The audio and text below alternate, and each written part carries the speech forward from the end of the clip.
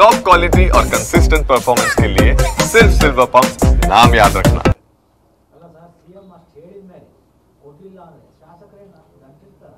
ಅಯ್ಯ ರಾಮ, 2 ವರ್ಷದಲ್ಲಿ ದಡ್ಡರು ಅಂತ ಹೇಳ್ತೀರೋ ಏನಂತ ಕರಿತೀರಿ? ನನ್ನ ರಾಜಕೀಯ ಜೀವನದಲ್ಲಿ ಮೊದಲನೇ ಬಾರಿ ಫಸ್ಟ್ ಟೈಮ್ MLA ಆದಾಗ ಮನೆ ಬಂಗಾರಪ್ಪನವರು 25 ಲಕ್ಷ ರೂಪಾಯಿ ಒಬ್ಬೊಬ್ಬ ಶಾಸಕನ ಕೊಟ್ಟರು. ಯಾವುದೇ ಪಕ್ಷ ನೋಡಲಿಲ್ಲ. 89ರಲ್ಲಿ ಆ 25 ಲಕ್ಷ ರೂಪಾಯಿನ ಅವ್ರು ಹೇಳಿದ್ದೇನು ಅಂದರೆ, ಎಲ್ಲ ಬಡವರ ಏರಿಯಾಗಳಿಗೆ ನೀವು ಅವರು ದೇವಸ್ಥಾನಗಳಿಗೆ ಕೊಡ್ತಿರೋ, ರಸ್ತೆಗೆ ಕೊಡ್ತಿರೋ, ಸಮುದಾಯ ಭವನಕ್ಕೆ ಕೊಡ್ತಿರೋ, ಶಾಲೆ ರಿಪೇರಿಗೆ ಕೊಡ್ತಿರೋ, ನಿಮಗೆ ಅಧಿಕಾರ 25 ಲಕ್ಷ ರೂಪಾಯಿ ಕೊಟ್ಟರು. ಅಲ್ಲಿಂದ ಶುರು ಆಗಿತ್ತು. ಈ ಸರ್ಕಾರ ಬಂದ ಮೇಲೆ ಶಾಸಕರ ನಿಧಿ 25 ಲಕ್ಷ ಕೊಟ್ಟಿಯಾರ? ಇಷ್ಟು ವರ್ಷದ ಮೇಲೆ ನಂತರ ಹೇಳ್ತಿರೋದು ನಾನು. 1 ರೂಪಾಯಿ ಕೊಡದೇ ಇರುತ್ತೆ ಸರ್ಕಾರ. ಈಗ 50 ಕೋಟಿ ಕೊಡ್ತೀನಿ ಅಂದರೆ ಶಾಸಕರನ್ನ ದಡ್ಡರು ಅಂತ ಕರಿತೀರೋ, ಮುಖ್ಯಮಂತ್ರಿನ ದಡ್ಡರು ಕೊಡ್ತಿರೋ, ಜನನ ದಡ್ಡರು ಮಾಡಕ್ಕೆ ಹೊಂಟಿದಾರೋ? ಬ್ಯಾನರ್ ಹೆಡ್ಲೈನ್ ಇವತ್ತೆಲ್ಲ ಪತ್ರಿಕೆಗಳು 50 ಕೋಟಿ ರೂಪಾಯಿ, 50 ಕೋಟಿ, 50 ಕೋಟಿ ಮುಗಿತುಪ್ಪ.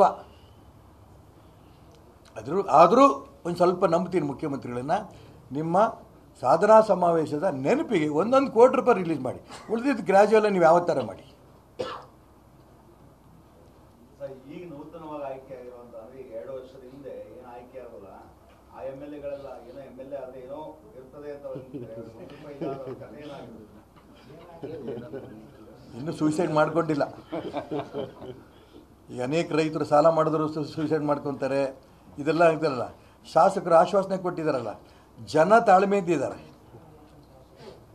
ಚುನಾವಣಾ ಸಂದರ್ಭದಲ್ಲಿ ನಿಮ್ಗೆ ಆ ರಸ್ತೆ ಮಾಡಿಸ್ಕೊಡ್ತೀವಿ, ಈ ದೀಪ 5 ಲಕ್ಷ ಕೊಡ್ತೀವಿ, ಇಲ್ಲ ಶೌಚಾಲಯ ಕಟ್ತೀವಿ, ಸ್ಕೂಲ್ ರಿಪೇರಿ ಮಾಡ್ತೀವಿ, ಸಮುದಾಯ ಭವನ ಮಾಡಿಕೊಡ್ತೀವಿ ಅಂತ 100 ಹೇಳಿ ಬಂದಿರ್ತಾರಲ್ಲ.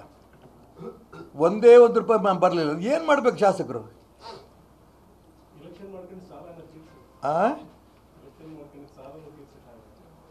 ಎಲೆಕ್ಷನ್ನು ಶಾಸಕರ ಹಣೆ ಬರೋದು. ನಾನು ಅದರ ಸುದ್ದಿ ಹೋಗಿಲ್ಲ. ಆದರೆ ಅದಕ್ಕೂ ಇದಕ್ಕೆ ಸಂಬಂಧ ಇಲ್ಲ. ಆದರೆ ಆಶ್ವಾಸನೆ ಕೊಟ್ಟಿದ್ರಲ್ಲ, ಒಂದೇ ಒಂದು ಆಶ್ವಾಸನೆ ಈಡೇರಕ್ಕಾಗಿಲ್ಲಲ್ಲ. ಶಿವಮೊಗ್ಗ ವಿಧಾನಸಭಾ ಕ್ಷೇತ್ರದ ಎಲ್ಲ ಸಮುದಾಯದವರು ನಮ್ಮನೆ ಬರ್ತಾ ಇದ್ದಾರೆ. ಹಣ ನೀನು ಆ ಸಂದರ್ಭದಲ್ಲಿ ಮಾಡಿದ್ರಿ, ಅಷ್ಟು ರಿಲೀಸ್ ಮಾಡಿದ್ರಿ, ಅಲ್ಲಿಗೆ ನಿಂತೋಯ್ತು, ಮುಂದಿನ ದುಡ್ಡು ಬಂದಿಲ್ಲ, ಏನು ಮಾಡ್ಬೇಕು ನಾವು ಅಂತ ನಾನು ಹೇಳಿದೆ ಅವರಿಗೆ. ಇನ್ನು ಈ ಸರ್ಕಾರದಿಂದ ಬರಲ್ಲಪ್ಪ, ಮುಂದಿನ ಚುನಾವಣೆ ತನಕ ಕಾಯಿರಿ, ಈ ಸರ್ಕಾರ ಹೋಗುತ್ತೆ. ಮುಂದಿನ ಚುನಾವಣೆ ನಂತರ ಖಂಡಿತ ನಿಮ್ಮದು ಆ ಉಳಿದಿದ್ದಂಥ ಅರ್ಧಂಬರ್ಧ ನಿಂತಿರೋ ಕೆಲಸವನ್ನು ಮುಗಿಸ್ಕೊಡ್ತೀವಿ ಅನ್ನೋಂಥ ಮಾತು ನಾನೇ ಹೇಳ್ತಾ ಇದ್ದೀನಿ.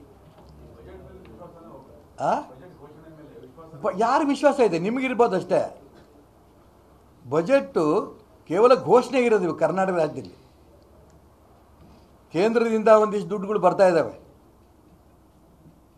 ಆ ಜಲ್ ಜೀವನ್ ಮಿಷನ್ ಇರ್ಬೋದು, ಬೇರೆ ಬೇರೆ ರಸ್ತೆಗಳ ಬಗ್ಗೆ ಇರ್ಬೋದು.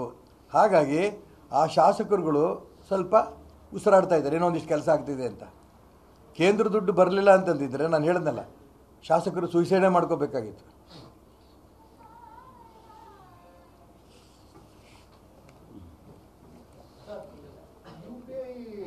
ಸಣ್ಣ ಪುಟ್ಟ ಅಂಗಡಿ ವ್ಯಾಪಾರಿಗಳಿಗೆ UPI ತೆರಿಗೆ ಹಾಕುವ ಮೂಲಕ ರಾಜ್ಯ ಸರ್ಕಾರ ಗ್ಯಾರಂಟಿಗೆ ಹಣ ಹೊಂದಿಸ್ತಿದೆ ಅಂತೇಳಿ ಬಿಜೆಪಿ ಆರೋಪ ಮಾಡಿದೆ. ನಾನು ಅದಕ್ಕೆ ಹೇಳ್ತೀನಲ್ಲ, ಆರೋಪಕ್ಕೆ ಉತ್ತರ ಸರ್ಕಾರ ಕೊಡಬೇಕು. ಇದು ಹೌದೋ ಅಲ್ಲೋ ಅಂತ. ಹೌದು ಅನ್ನೋದಾದರೆ ಜನ ತೀರ್ಮಾನ ಮಾಡ್ತಾರೆ, ಇಲ್ಲ ಅಂದರೂ ಜನ ತೀರ್ಮಾನ ಮಾಡ್ತಾರೆ.